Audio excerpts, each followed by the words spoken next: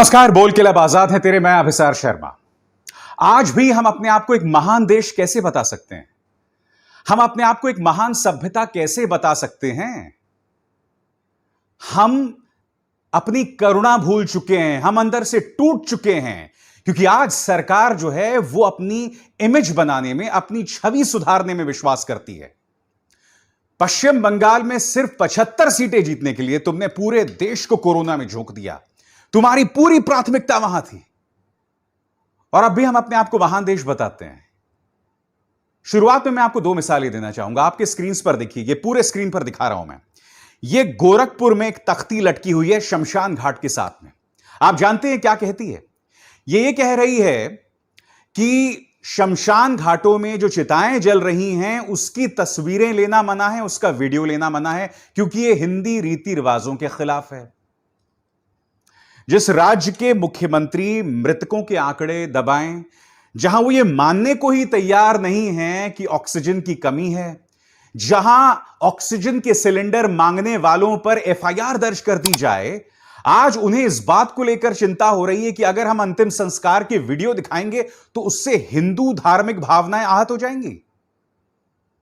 मैं आपसे पूछना चाहता हूं कि आज ये चिताएं जल क्यों रही हैं? इसका जिम्मेदार कौन है?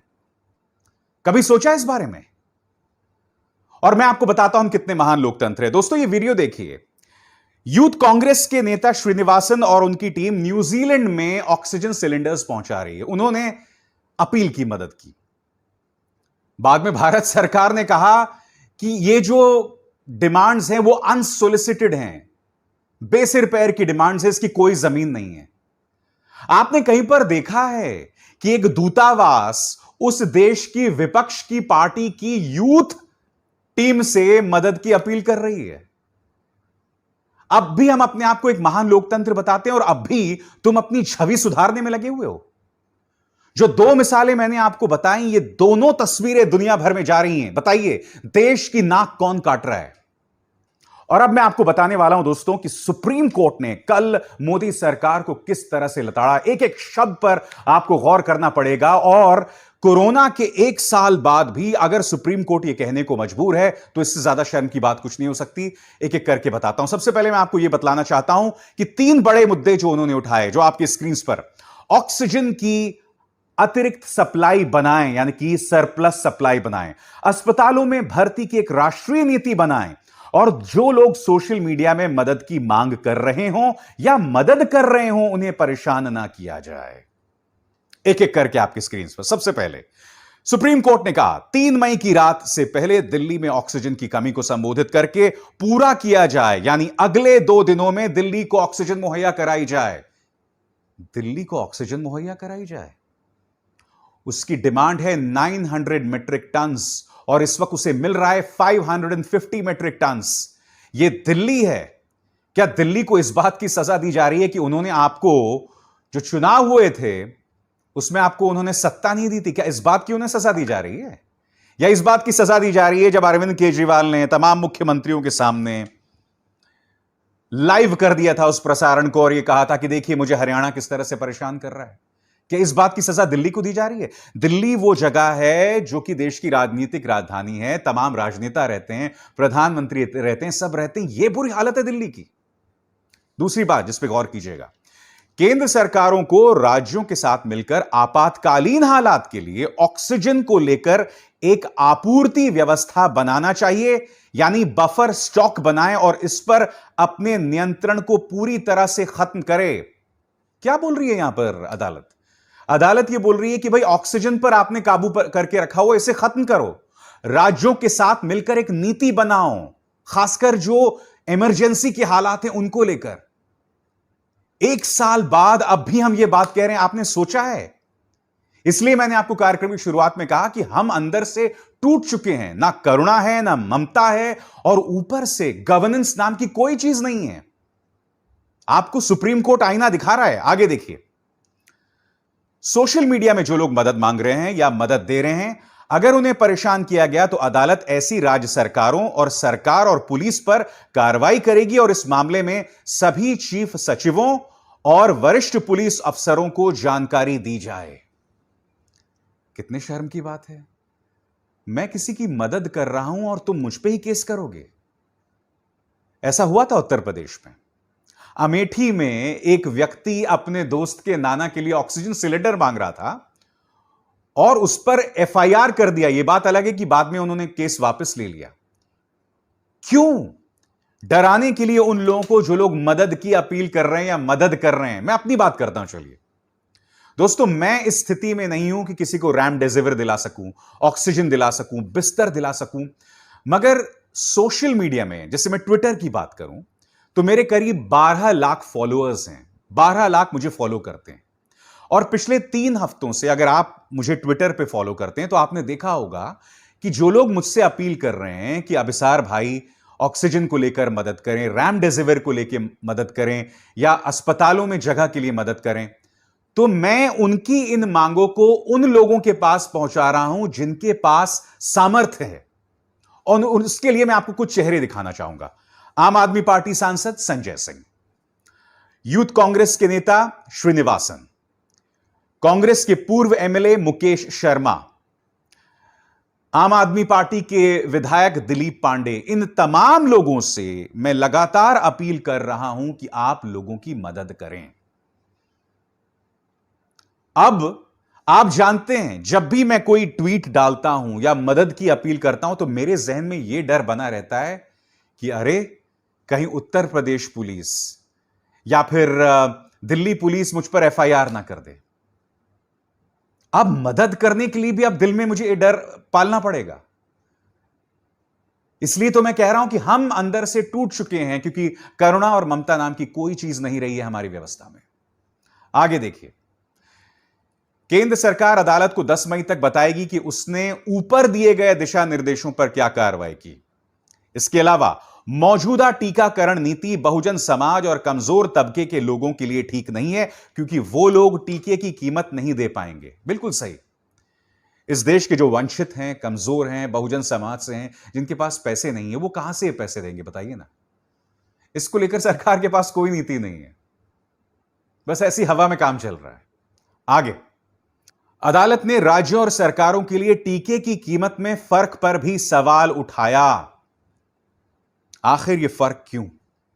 तो आपने देखा, 1 साल बाद भी सुप्रीम कोर्ट के क्या तेवर हैं, और यहां कोई कुछ नहीं सीख रहा है। दोस्तों, सरकारें तो चलिए, हम जो लोग हैं, बाकी जो राजनीतिक दल हैं, वो अपनी जिम्मेदारी समझ रहे हैं। आम इंसान अपनी जिम्मेदारी समझ रहा है। 2 तस्वीरें मैं आपको दिखाता हूं। कल ममता बनर्जी की शानदार जीत हासिल हुई। दरअसल कल कहा जाए तो मोदी सरकार के लिए दोहरे झटके का दिन था। पहले तो इनको सुप्रीम कोर्ट ने लताड़ लगाई और फिर ममता बनर्जी ने 200 से ऊपर सीटें लेकर जीत हासिल की। मगर ये 2 तस्वीरें देखिए। एक तरफ आप देख रहे हैं ममता बनर्जी के समर्थक जश्न मना रहे हैं। कोरोना नए सिरे से पांव पसार रही है पश्चिम बंगाल में, और ये जश्न की तस्वीर है। अब ये तस्वीर देखिए मुजफ्फरनगर में पंचायत के चुनावों में। ये देखिए मतगणना केंद्रों में कितनी बड़ी भीड़। इसको लेकर अदालत से गुहार भी लगाई गई थी कि इन चुनावों को कुछ दिनों के लिए मुलतवी कर दें, मगर क्या अदालत ने इस पर कुछ किया था? आप मुझे बताइए ना। इतने सारे लोग जो मतगणना केंद्र में जमा हुए हैं, मैं दावे के साथ कह सकता हूं एक बार फिर यहां पर कोरोना का एक विस्फोट होगा। इसके लिए जवाबदेह कौन है मुझे बताइए? सरकार कुछ नहीं कर सकती थी? योगी सरकार कुछ नहीं कर सकती थी? या ये सवाल उठाने के लिए भी आप जो है पत्रकारों पर कार्रवाई करेंगे, या आप जो है बुरा मान जाएंगे? मैं गलत कह रहा हूं क्या? मुझे बताइए ना आप। अब दोस्तों, मैं आपको स्क्रीनशॉट्स दिखाना चाहता हूं। फिलीपींस और न्यूजीलैंड की एम्बेसी ने यूथ कांग्रेस के नेताओं से मदद की अपील की। सबसे पहले आपके स्क्रीन पर न्यूजीलैंड ने श्रीनिवासन से अपील की, क्या आप हमें ऑक्सीजन सिलेंडर पहुंचा सकते हैं, बहुत जरूरी है। फिलीपींस एम्बेसी, हम अर्पित शर्मा और करण सिंह प्रिंस, जो कि यूथ कांग्रेस से जुड़े हुए नेता हैं, उनका धन्यवाद करना चाहते हैं। उन्होंने 2 बड़े ऑक्सीजन टैंक्स हम तक पहुंचाए, बहुत बहुत शुक्रिया। अब जैसे ही यह बात वो करते हैं तो उसके बाद हमारे विदेश मंत्री क्या कहते हैं? उनकी लड़ाई शुरू हो जाती है ट्विटर पर कांग्रेस नेता जयराम रमेश के साथ। वो क्या कहते हैं? विदेश मंत्रालय ने फिलीपींस एम्बेसी से बात की, वहां पर किसी तरह का कोई कोरोना केस नहीं था और यह सिर्फ एक अनसोलिसिटेड सप्लाई थी, यानी कि उन्होंने बिल्कुल भी मांग नहीं की थी। बावजूद उसके यूथ कांग्रेस के नेताओं ने उन तक ऑक्सीजन सिलेंडर पहुंचाया। और यह सब चीप पब्लिसिटी के लिए किया जा रहा है। दो चीजें उन्होंने कही। पहले उन्होंने कहा कि जरूरत नहीं थी और ऐसे ही पहुंचाया जा रहा था, किसी ने मांग नहीं की थी।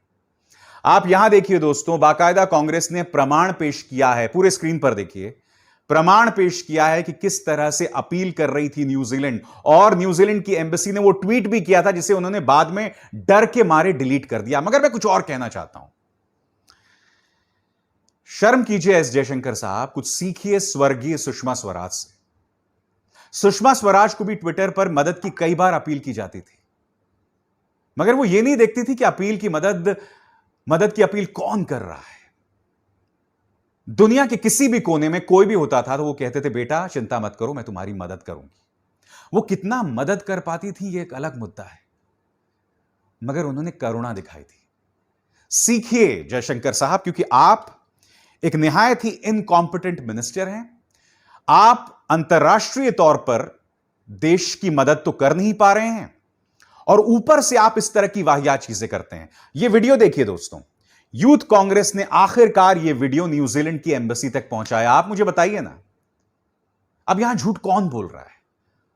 और फिर देखिए विदेश मंत्रालय का यह बयान, इसकी आखिरी पंक्ति पढ़िए, given the pandemic situation all are urged not to hoard essential supplies including oxygen। उन्होंने क्या कहा कि ऑक्सीजन और जरूरी चीजों की जमाखोरी ना करो, और उन्होंने यह फरमान किसे जारी किया है? दिल्ली में बसे दूतावासों के लिए। यानी कि आपने यह समझ लिया है कि दिल्ली में जो दूतावास हैं वो चोर उचक्के हैं, वो जमाखोरी करते हैं, बेवजह जमाखोरी कर रहे हैं। मेरे दो सवाल हैं। पहली बात, क्या आपको दूतावासों के लिए यह बात कहनी चाहिए थी कि आप जमाखोरी ना करें, ऑक्सीजन की जमाखोरी ना करें? ऐसे कौन बोलता है भाई? और दूसरी बात, अगर ये हालात हो गए हैं कि जमाखोरी करनी पड़ रही है, तो हालात किसने पैदा किए? 1 साल था आप लोगों के पास ऑक्सीजन को लेकर डिमांड को पूरा करने के लिए। पहले तो आपने 8 महीने लगा दिए ऑक्सीजन प्लांट को लेकर टेंडर जारी करने के लिए। फिर आपने जब टेंडर जारी कर दिए 162 टेंडर, उसमें से सिर्फ आप 32 की मांग पूरी कर पाए, और उसमें कीमत सिर्फ 201 करोड़ रुपए की लग रही थी। आप वो पैसा भी नहीं लगा सके, और आप दूतावासों को कह रहे हैं कि आप लोग जमाखोरी ना करें। अरे क्या, कहां कौन है ये भाई एस जयशंकर साहब? और सबसे दुख की बात है कि ये शख्स खुद एक राजदूत रह चुके हैं, एक राजदूत जिन्हें कतई नहीं पता कि किस तरह से इस देश में डिप्लोमेसी की जाती है। अब मैं आपको एक और खबर बताता हूं दोस्तों, बहुत ही मार्मिक खबर है। आपकी स्क्रीन पर एक खबर देखिए, ये जानते कौन है?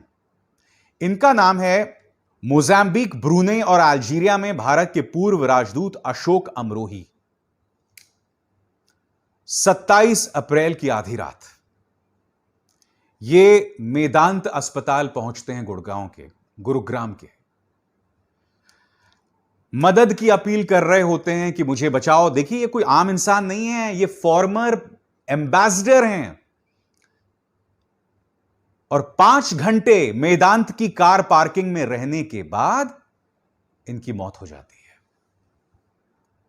एस जयशंकर, जो कि हमारे विदेश मंत्री हैं, उन्होंने इनको लेकर श्रद्धांजलि दी है अपने ट्विटर अकाउंट पर। मैं आपसे पूछना चाहता हूं एस जयशंकर साहब, आप जब दूसरों को धमकाते हैं, बोलते हैं कि जरूरत नहीं थी ऑक्सीजन सप्लाई की, और कुछ लोग चीप पब्लिसिटी के लिए बेवजह ऑक्सीजन सिलेंडर्स पहुंचा रहे हैं, अगर आप ऐसा कुछ कह रहे हैं, तो जब यहां पर यह आदमी, हमारे फॉर्मर एम्बेसडर अशोक अमरोही साहब अपील कर रहे थे, तो इनकी अपील को क्यों अनसुना कर दिया गया?